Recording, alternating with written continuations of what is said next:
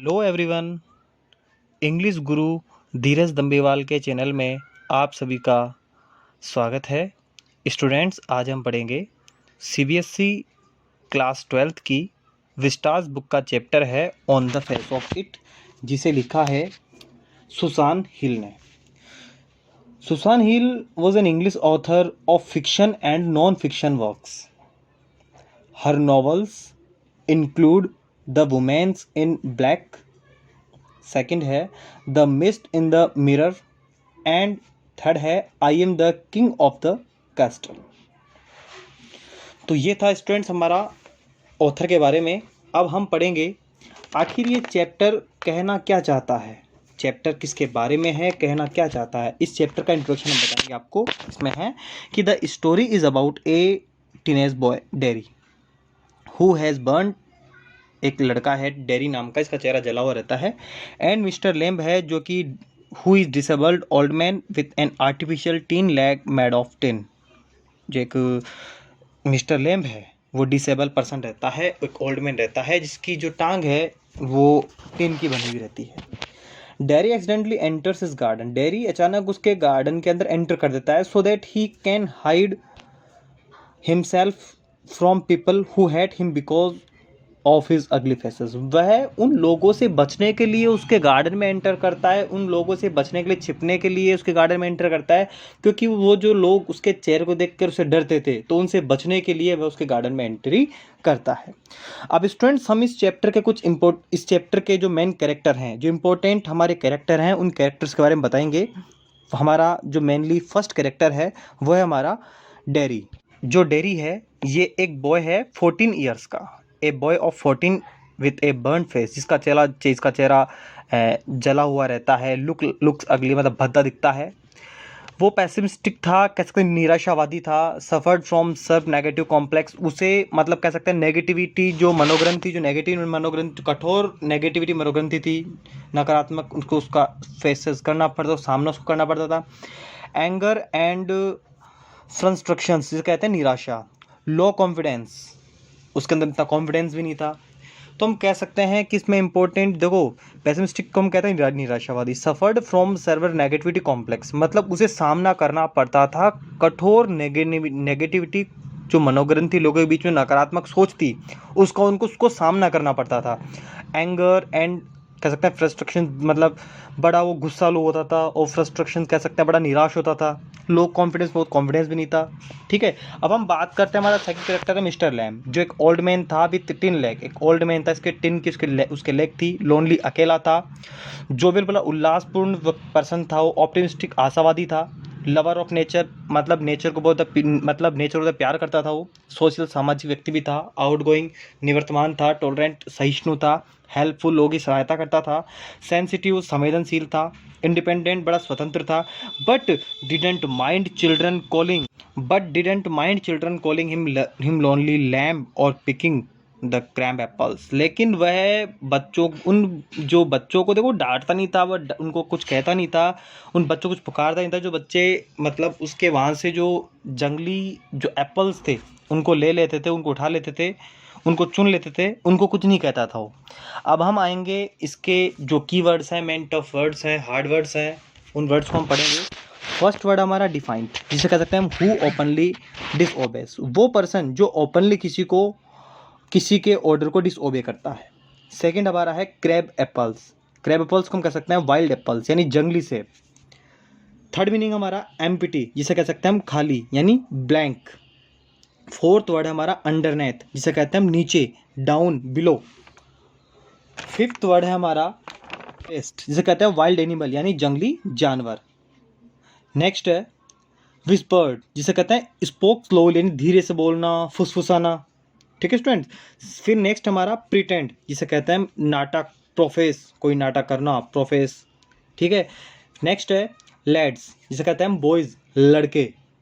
Next जो word हमारा वो है हमारा पिक्ड, यानी उठाना, चुनना, किसी को सेलेक्ट करना। नेक्स्ट वर्ड हमारा लेमी, जिसे कहते हैं लेम, यानी लंगड़ा। नेक्स्ट वर्ड है हमारा वो है रबिश, यानी यूजलेस थिंग्स। यानी आप समझ गए जो थिंग्स हमारी यूजफुल नहीं होती। नेक्स्ट हमारा मिजरेबल यानी अनहैप्पी, दुखी, निराशा। फिर नेक्स्ट वर्ड है हमारा लेडर, जिसे कहते हैं हम सीढ़ी, टेड ऑफ स्टेप्स। फिर नेक्स्ट वर्ड हमारा अगलिस्ट, जिसे कहते हैं मोस्ट अगली और डर्टी, कह सकते हैं भद्दा दिखने वाला। मोस्ट अगली और डर्टी, अगली नहीं, भद्दा दिखने वाला।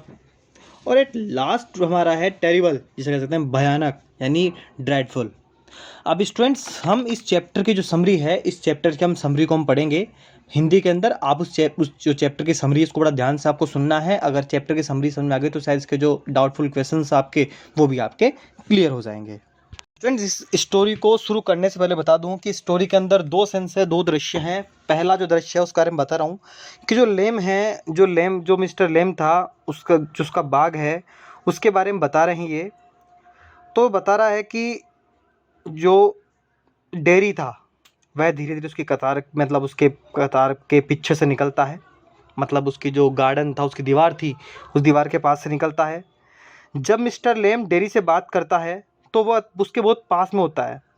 तो डेयरी अचानक चौंक जाता है, क्योंकि वो क्या करता है, वो जो डेयरी जो था वो मिस्टर लैम्ब की जो गार्डन की जो दीवार जो कूद कर आया था। क्यों?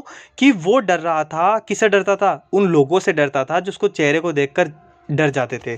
तो उनसे बचने के लिए वो और मिस्टर जो लैम्ब थे उनकी दीवार को कूद कर आते हैं, और जो वहाँ कतार बनी तो उस कतार के पास से वो आगे की ओर बढ़ रहा था। तो मिस्टर लैम्ब डेयरी को सेबों का ध्यान रखने को कहता है। तो डेयरी उस व्यक्ति को पूछता है कि मिस्टर लैम्ब अपना नाम बताता है तथा उसे फिर सेबों को ध्यान रखने को कहता है। वह कहता है कि वह कड़वे जंगली सेब है, तेज वायु द्वारा भी वृक्षों से गिरा दिए गए हैं तथा घास में पड़े हुए हैं। लड़का उनमें से किसी एक पर पैर रख सकता था और गिर सकता था। डेयरी स्पष्ट करता है, वह कहता है कि यह खालिस्तान है। वह नहीं जानता था कि वहाँ कोई था। मिस्टर लेम उससे कहता है कि भयभीत न हो, और मकान तो खाली ही है क्योंकि तो उद्यान है, कि तो बगीचा है। तो ऐसा सुंदर दिन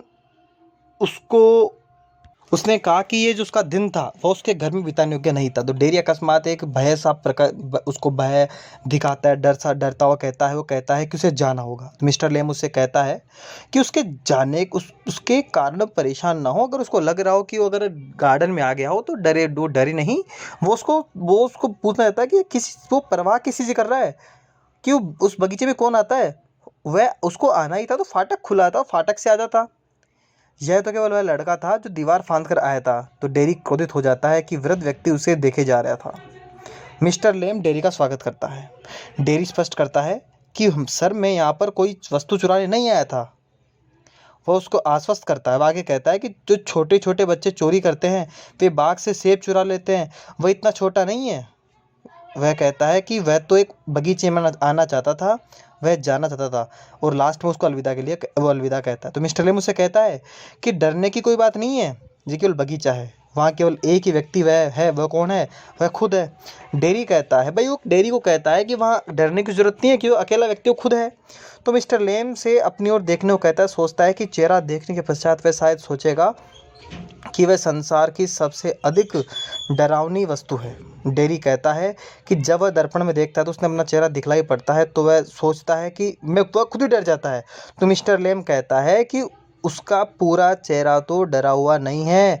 थोड़ा सा विराम आता है। अब मिस्टर लेम विषय को परिवर्तित कर देता है। वह कहता है, उसको मोटिवेट करता हुआ कहता है कि जब दिन ठंडा हो जाएगा, एक छड़ी लाएगा तथा कड़वे सेब को तोड़ेगा। वे मुरब्बा बनाने के लिए तैयार थे। वो क्या, सेब का जो मुरब्बा था बनाने के लिए तैयार थे। इसके लिए सितंबर का जो महीना था वो उचित टाइम था, बिल्कुल सही समय था। सेब संतरे के रंग के तथा सुनहरे दिखाई देते हैं। डेयरी कहता है कि वह उसकी सहायता कर सकता है।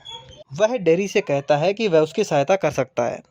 हैरी उससे पूछता है कि उसका जो चेहरा है वह क्या, कैसे। तो डेयरी कहता है कि उसे लोगों के साथ रहना पसंद नहीं है।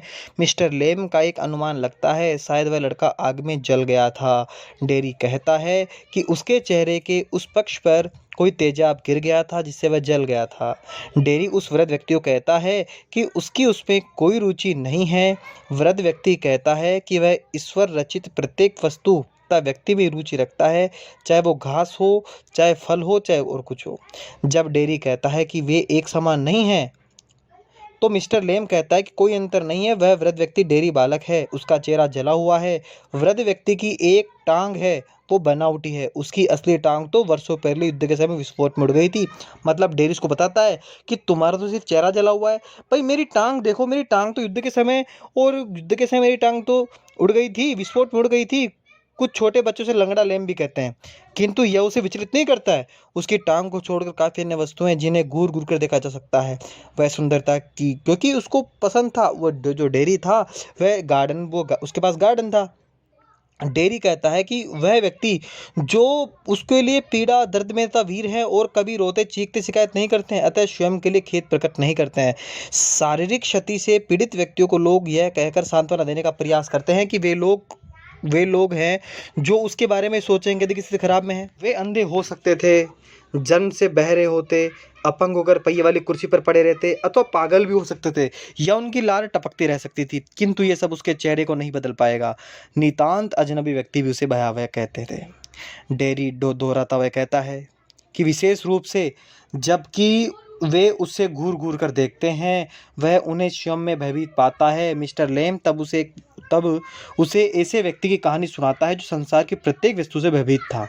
अतः उसने अपने को कमरे में तालाबंद कर लिया और बिस्तर पर पड़ा रहा। दीवार पर लटका एक चित्र उसके सिर पर गिरा और वह मर गया।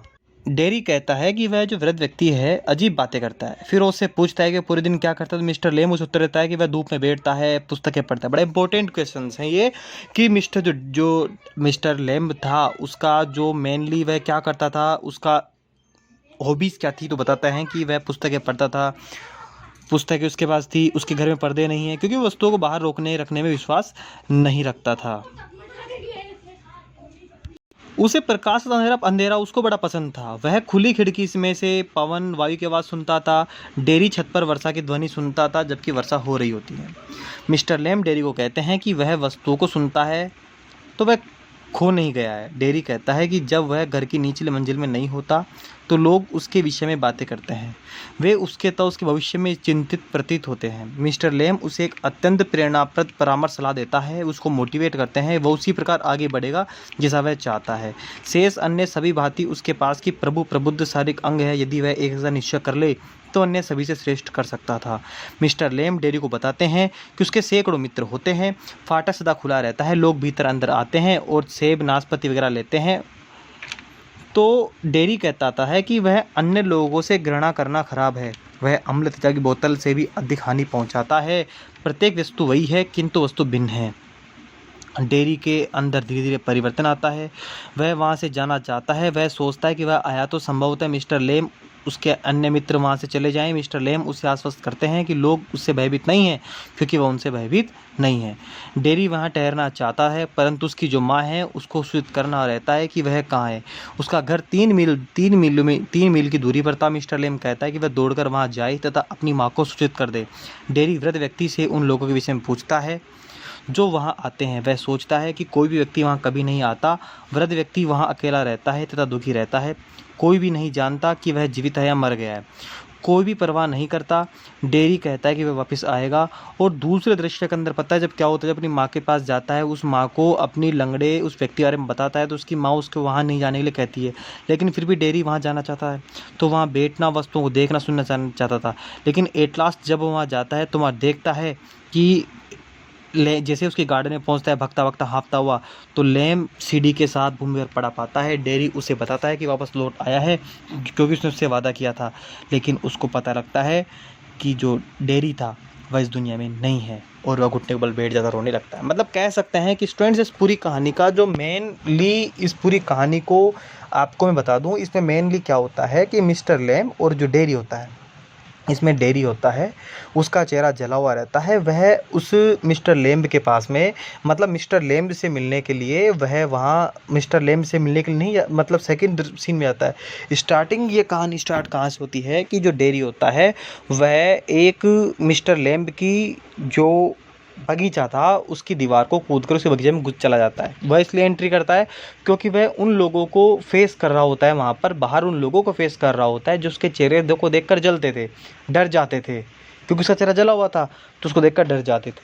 तो जब वह अंदर चला जाता है स्टूडेंट ध्यान सुनना आप लोग। अंदर चला जाता है, अंदर जाने के बाद क्या होता है कि उसे वहाँ पर डेरी दिखता है। डेरी को मिस्टर लैम दिखते हैं। मिस्टर लैम उससे कहते हैं कि आप कौन हैं, आपको गेट से आना चाहिए था। तो वो कहता है कि मैं आपके यहाँ चोरी करने नहीं आया हूँ, मैं सिर्फ यहाँ पर एकांत पे बगीचे में छुपने के लिए आया हूँ। तो उसने छुपने का कारण पूछा तो उसने कहा कि मेरा चेहरा इतना जला हुआ है, मेरा फेस इतना जला हुआ है कि लोग जब भी मेरे सामने तो मुझे पत्थर फेंकना शुरू करते हैं, डर जाते हैं मुझसे कि मेरा चेहरा इतना बेकार है। तो मैं छुपने के लिए आया हूँ, मुझे बाहर निकलने की उसकी छवि, बाहर निकलने का भी उसका मन करता है। तो छुपने के लिए उसके बगीचे में आ जाता है। तो मिस्टर लैम्ब है उसको मोटिवेट करते हैं, कहते हैं कि तुम्हारा तो चेहरा जला हुआ है, लेकिन मैं भी तुम्हारे जैसा हूँ। मेरी तो एक टांग है, वो एक युद्ध के अंदर है, मेरी एक टांग विस्फोट में मेरी एक टांग चली गई थी। मतलब बताता है मेरी जो एक टांग है वो युद्ध में चली गई थी, उन्होंने एक टांग अपनी खो दी थी। तो अपनी टांग के बारे में उसको बताते हैं। फिर पता है क्या होता है, उसके बाद में वह उसको और एप्पल का जो मुरब्बा है वो बना के खिलाते हैं, उसको बताते हैं कि उनको बताते हैं कि मुझे किताब पढ़ने का शौक़ है, मुझे ये है, तुम्हें लोगों को फेस करना चाहिए। उसको मोटिवेट करते हैं, डेरी को मोटिवेट करते हैं कि तुम्हें लोगों को फेस करना चाहिए, तुम्हें लोगों के सामने आना चाहिए। लेकिन डेरी था वो डरता था।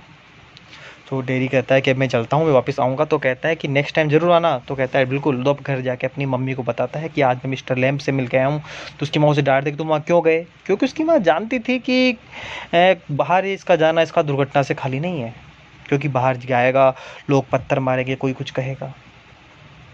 तो यही जब उसकी माँ उसको मना करती है। फिर एट लास्ट वह उसके डेरी के पास, वो क्योंकि उसने प्रॉमिस करके आया था कि तुम मिलने ज़रूर आऊँगा। तो डेरी मिस्टर लैम्ब के पास जब जाता है, जब गेट के पास जाके अंदर धीरे धीरे भागता हुआ जाता है, हाथ अंदर जाके देखता है, तो उसकी सीढ़ी से वो मिस्टर लैम्ब थे वो गिर गए थे, और गिरने पर अपने घुटनों पर पड़े हुए थे। कह सकते हैं कि वो भगवान को प्यारे हो गए थे, वो मर गए थे। तो स्टूडेंट्स ये इस चैप्टर की स्टोरी थी कि किस तरीके से डेरी को मिस्टर लैम्ब ने मोटिवेट किया कि कैसे लोगों को तो सामना कर, on the face of it, तुम्हारा चेहरा तुम्हारा जला हो, उसको लोगों सामने आओ, कैसे उनका सामना करना सीखो तुम। तो स्टूडेंट्स कैसा लगा आज का हमारा वीडियो? अगर समझ में आया तो प्लीज़ चैनल को लाइक और सब्सक्राइब और शेयर करना ना भूलें। Thank you.